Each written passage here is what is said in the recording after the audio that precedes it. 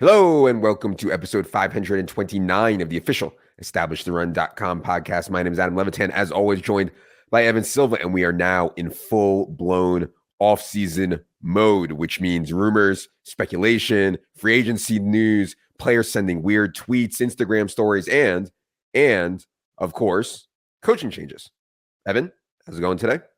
It's going well. We've had a lot of coaching changes at both the head coach and the coordinator levels, and we're going to get to them all and their initial fantasy impact today. Yeah, I can't believe this is the most I can remember. And there's always a lot. This was 15. We're going to get to part 1 today, part 2 next time. Before we get into it here today, I have to remind everyone, for my fellow DFS grinders, XFL start was actually awesome. Games were really good. Quarterback play was better than I expected. The games were fast. The replays were short.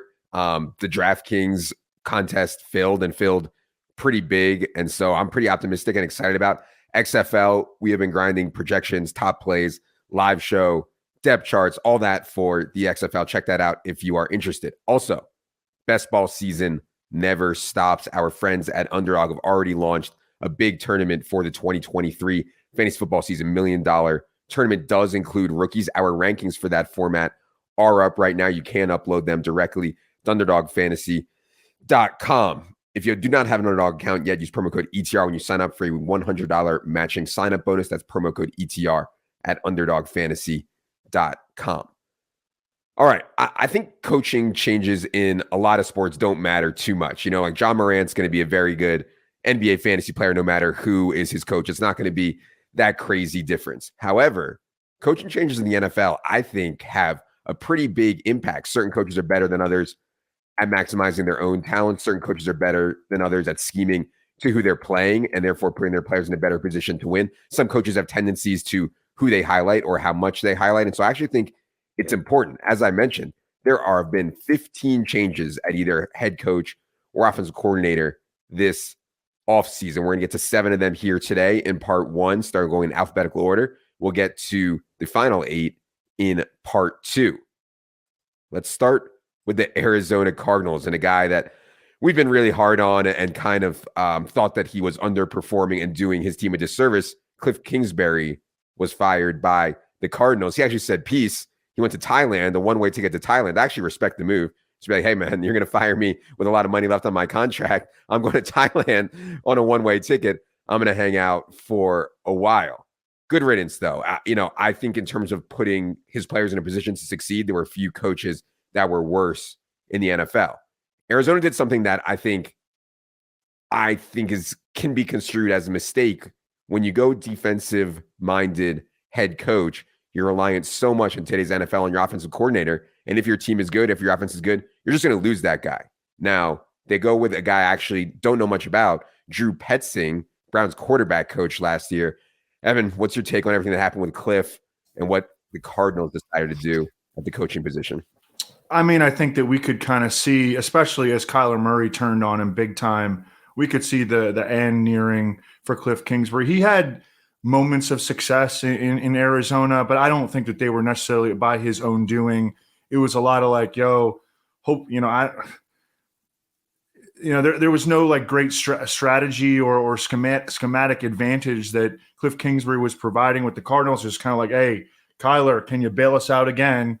And that runs out, especially as Kyler like gets injuries and he's not as dynamic as a runner. He becomes a lot less effective, and Cliff Kingsbury was providing no solutions when those kind of things occurred. Drew Petzing, I think the easiest way to sum him up is just he's been Kevin Stefanski's boy for a long time in Minnesota and then in Cleveland, and Kevin Stefanski is a head coach that I respect for his strategies and his in-game and his game planning and his ability to make in-game adjustments. I know that the Browns are not coming off their best season, but Kevin Stefanski, as an analytical mind, as a forward-thinking mind, as a progressive mind, has been impressive. And this has been his dude for a while now. His sort of his right-hand man. Jonathan Gannon is like a fresh face.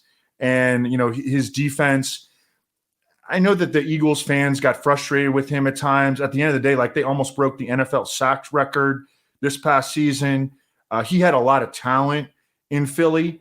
And I think he kind of just let them do their thing defensively. But I agree with you. It's a little bit risky. Like, boom, if Drew Petzing jumps in here and has a lot of success immediately with, an Arizona offense in terms of skill level that has a lot of personnel, a lot of dynamic personnel, that Drew Petzing could go become a head coach in 2024, and then the Cardinals are on the lookout again for an OC. Yeah, the connection here, by the way, is Jonathan Gannon and Drew Petzing worked together in Minnesota. As Evan mentioned, a lot of these guys have Minnesota connections from 2014 to 2017. Drew Petzing is only 35 years old, and that's a theme that we'll see as we move through here. A lot of these offensive coordinator hires are very, very young, like younger than Evan and I, which is actually kind of scary. As Evan mentioned, Kyler Murray, Marquise Brown will certainly be there. We'll see what they do with DeAndre Hopkins. There's been some rumors around him. That's a story for another day. But yeah, interesting. I think change, not for just the sake of change. The Cardinals needed to make a change, and so I'm excited to see what they can do.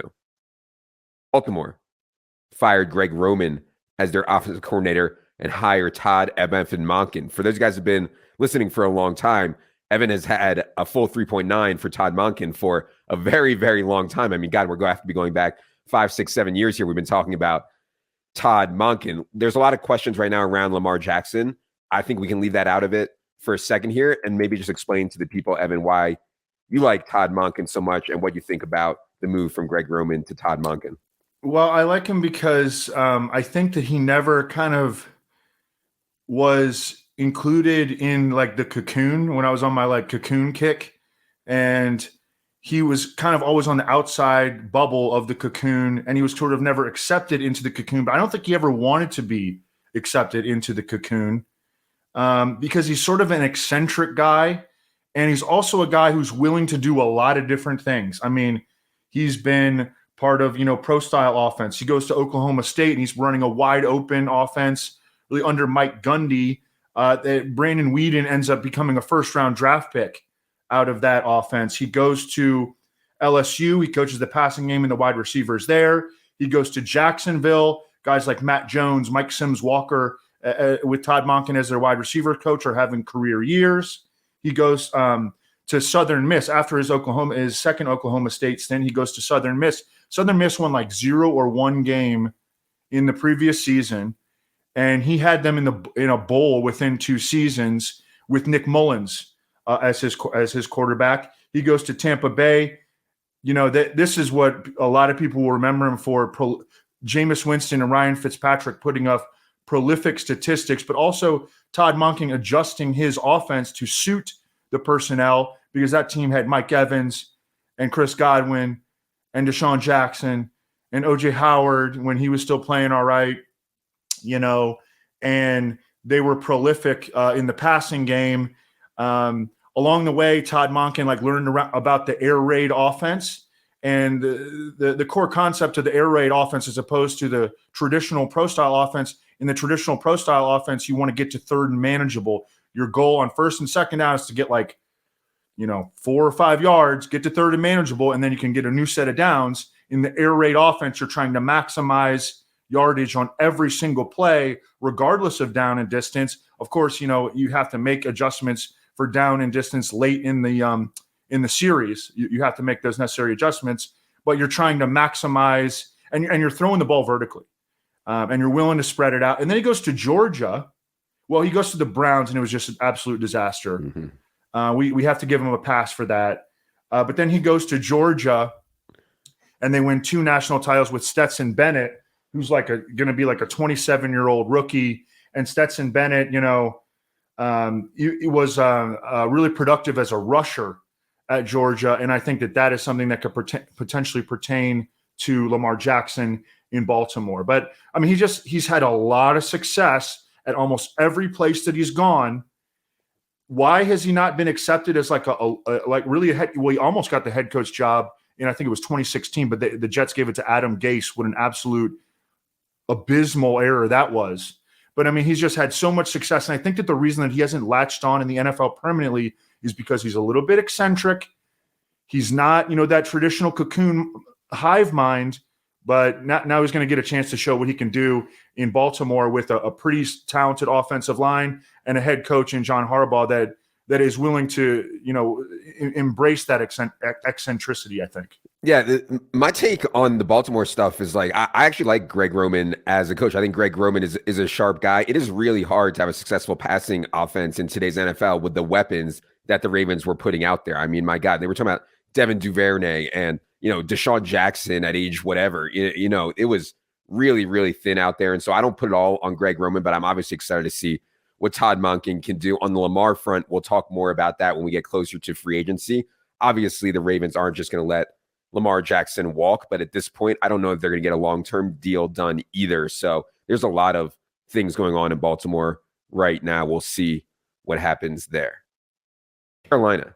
So they fired Matt Rule early in the season. He's since become Nebraska's head coach. The new head coach in Carolina will be old friend Frank Reich. Now, Frank Reich, I thought, was a big part of that Eagles Super Bowl run. I think he was pretty sharp and created a sharp scheme around two quarterbacks. Turned out to be pretty bad that year in Carson Wentz and Nick Foles. Still go out there and win the Super Bowl.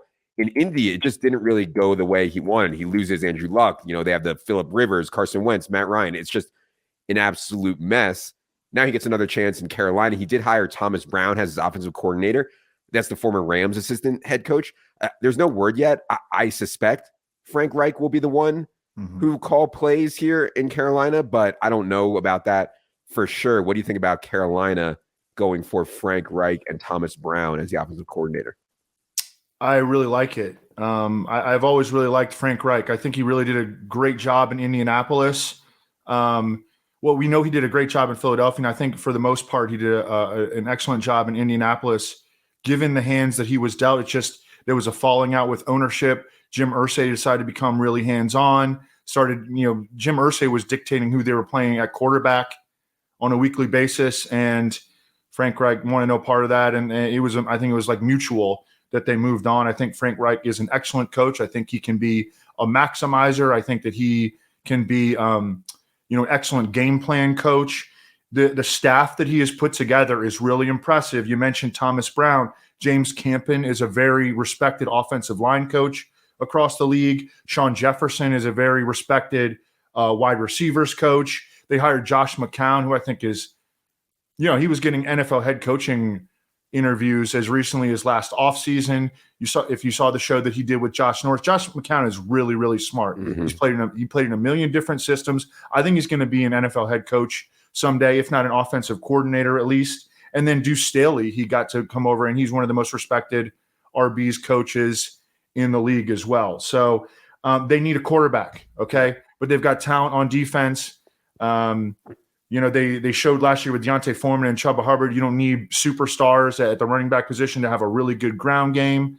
They've got DJ Moore. So I really like this hire, and I love the staff that Frank Reich has put together. Yeah, Panthers absolutely need to address the quarterback position this offseason, likely through the draft. And I keep going back to the Panthers, and it's not hindsight 2020. I mean, everybody said at the time, they passed on Justin Fields at 8 overall in favor of J.C. Horn, and I think that's going to haunt them a little bit here. But yeah, we'll see what they can do at the quarterback position. Certainly, Frank Reich has a chance.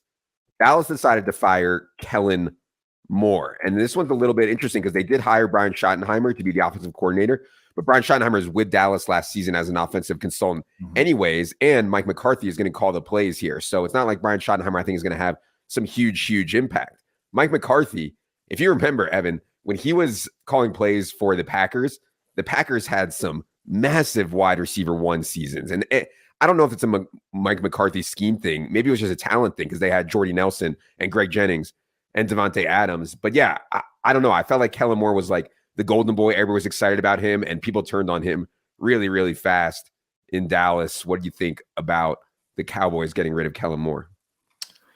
Didn't like it. I mean, I thought that Kellen Moore did a great job this past season. He's another coach that showed, and we'll talk about him more in the second podcast. Because he landed on his feet with the Chargers. But I didn't like this. The Cowboys, I think, are sort of irrationally committed to Mike McCarthy. Sometimes Jerry Jones just gets something in his mind, and it made all the sense in the world for him. If he was going to move on from Kellen Moore, I don't know why he didn't just go after Sean Payton. and just give Sean Payton like all the money, but Mm-hmm. that didn't happen. I don't really, I think it's just TBD here. Mike McCarthy kind of wore out his welcome in Green Bay. Aaron Rodgers always glaring at the sidelines, refusing to execute the plays that Mike McCarthy would call in. I don't know how this is going to go. I think it's TBD. Yep, agreed. Speaking of Sean Payton, the Denver Broncos went out and obviously predictably one and done for Nathaniel Hackett. I mean, one of the worst performances I can remember for Nathaniel Hackett as a first-year head coach. But anyways, the Broncos go out and make a blockbuster trade. They trade for Sean Payton, if you guys remember, Evan's former drinking buddy from the Combine days. They go out and trade for Sean Payton. Broncos give up a 2023 round 1 pick. That's the later pick, the pick from San Francisco, 30th overall, a 2024 round 2 pick, and a 2024 round 3 pick for the right to give Sean Payton a ton of money to coach this team. Sean Payton is 59 years old now. Remember, hasn't coached since 2021 when he left the Saints. I think both of us have all the respect in the world for Sean Payton schematically. The question, of course, is can he save Russell Wilson? And obviously we'll talk about that a bunch because that's a big fantasy storyline throughout the offseason. Do you think Russell Wilson is donezo or can be saved by Sean Payton? But yeah, what do you think about the Broncos giving up the truck to get Sean Payton? Yeah, and the Broncos have a new ownership. Yeah, I was just looking because I hadn't seen Sean Payton's contract yet, and I just looked it up. 5 years in the neighborhood of $18 million per year. I mean, this is a new ownership group, and they've kind of come out and said that they want to do whatever it takes to get the Broncos back to the mountaintop. That's a massive. That's got to be the biggest contract. Well, it's certainly one of the richest coaching contracts in NFL history. I mean, that's a massive, massive number. He's making more money than most players on the team, at least. I don't know if he's going to be able to turn around Russell Wilson. Is it a money grab by Sean Payton? I'm not sure that's what that dude is all about. But I mean, he's certainly getting a lot of money. Yeah. My concern is that I mentioned the picks they gave up for Sean Payton. Right. They also gave up 3 first-round picks and 3 second-round picks now in total to get Russell Wilson. So now they give him a total of 6 top 2-round picks to get Russell Wilson and Sean Payton. It's hard to build a deep and competitive team when you're giving up that many picks. So that would be my concern. But yeah, I think from a scheme perspective, obviously it's going to be way, way, way better. From a talent evaluation perspective, it's going to be way, way, way better than what the Broncos had. And that's something we'll talk about this offseason because there's going to be a lot of optimism around Broncos guys. And the narrative is going to be, they have Sean Payton now. It's going to look nothing like it looked last year when it was a stone cold disaster. Mm-hmm. Let's go to Houston. They fired Lovie Smith after 1 year as head coach, although he was with the team for 2 years total. Hired DeMeco Ryans to be head coach. DeMeco Ryans is 38 years old. I remember watching DeMeco Ryans play. I mean, this dude was a beast for the Texans, these Texans, early in his career as an outside linebacker. They also hire Bobby Slowick as their offensive coordinator. This dude is 35 years old. He's been with the 49ers as an offensive assistant, did work with DeMeco Ryans in San Francisco. That's the connection there. I don't know a ton about Bobby Slowick other than he's been with Kyle Shanahan for a while. What do you think about what the Texans have done? Yeah, so I mean, I think that it's just DeMeco Ryans is bringing his buddy along with him from San Francisco. I'd heard Bobby Slowick's name as maybe like an up and comer, but we haven't really seen him do it, put anything into action yet. So it's hard to say. It's just there should be a united front in Houston. They need that. There's been a lot of dysfunction with that within that organization for the past 5-6 years, and DeMeco Ryans was like clearly going to become an NFL head coach, and he brought Bobby Slowick along with him from San Francisco. I mean, this team has like no offensive talent. Like, I mean, they need players everywhere. They do have the number 2 overall pick, which certainly helps. But God, you're asking a lot to come in here and turn around quickly. I think what the Texans and what DeMeco Ryans deserves is a longer leash than what these other guys have had lately in Houston. It's going to take a while to get this team back to competitiveness. Indy, last one we're going to do here. Today, as we mentioned, they fired Frank Reich.